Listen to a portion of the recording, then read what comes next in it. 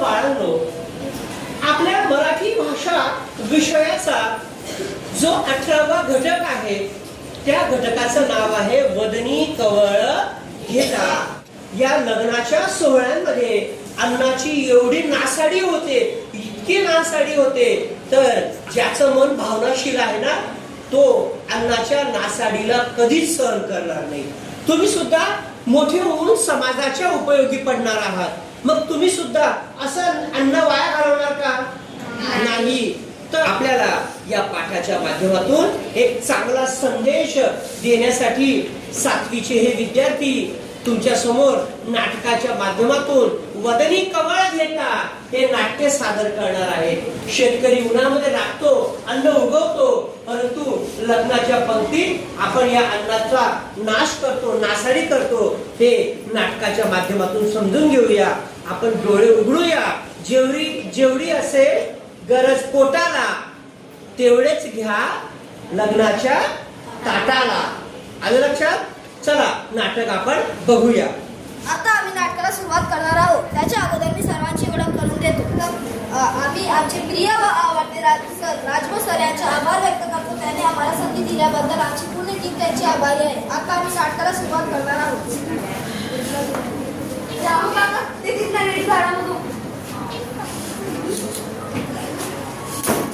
काय झालं बाळा, एवढी रागत का आहेस तू? चल आपल्याला सोनूच्या वाढदिवसाला जायचं आहे. कुठे आपली सोनू? आज तिचा वाढदिवस आहे. तिला मला शुभेच्छा द्यायच्या आहेत. अगं ती थोडी बाहेर गेली, तिच्या मैत्रिणींना बोलवले. तू थांब, मी तुझ्यासाठी नाश्ता आणते. बस बाळा. अगं घे.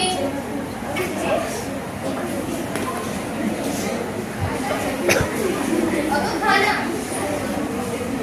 श्रुती खा. काय झालं तुला?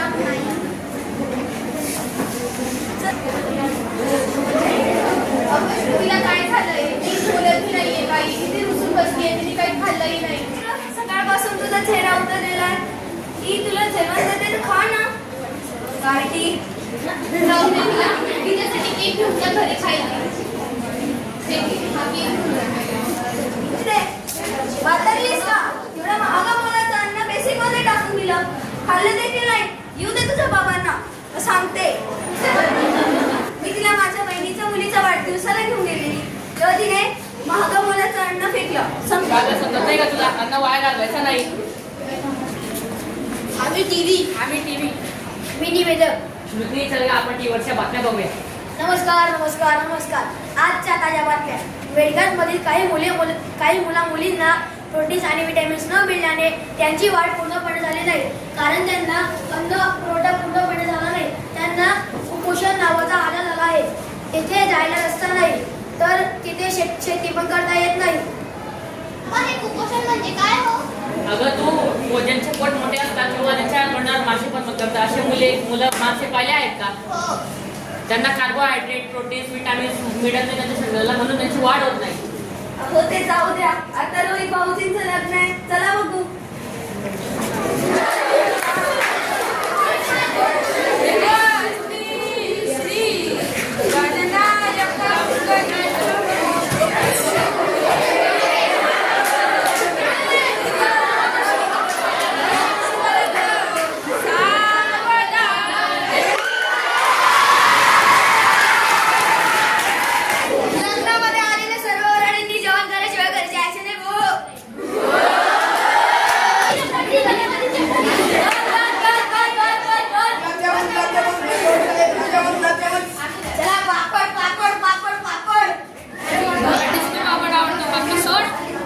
मला तर फक्त भातच आवडतो, बाकी सर्व जाऊ दे. मला फक्त गुलाबजामुन आवडतं, बाकी सर्व जाऊ दे. मला फक्त वरण आवडतं, बाकी सर्व जाऊ दे.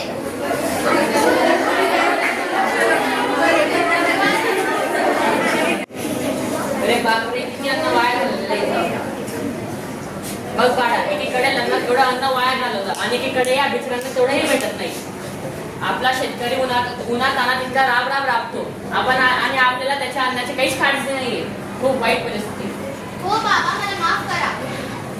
हो बाबा, मला नवीन वर्षाचा संकल्प सुचला.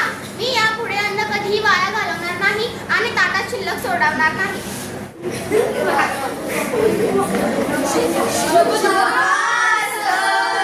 धन्यवाद. बसा खाली.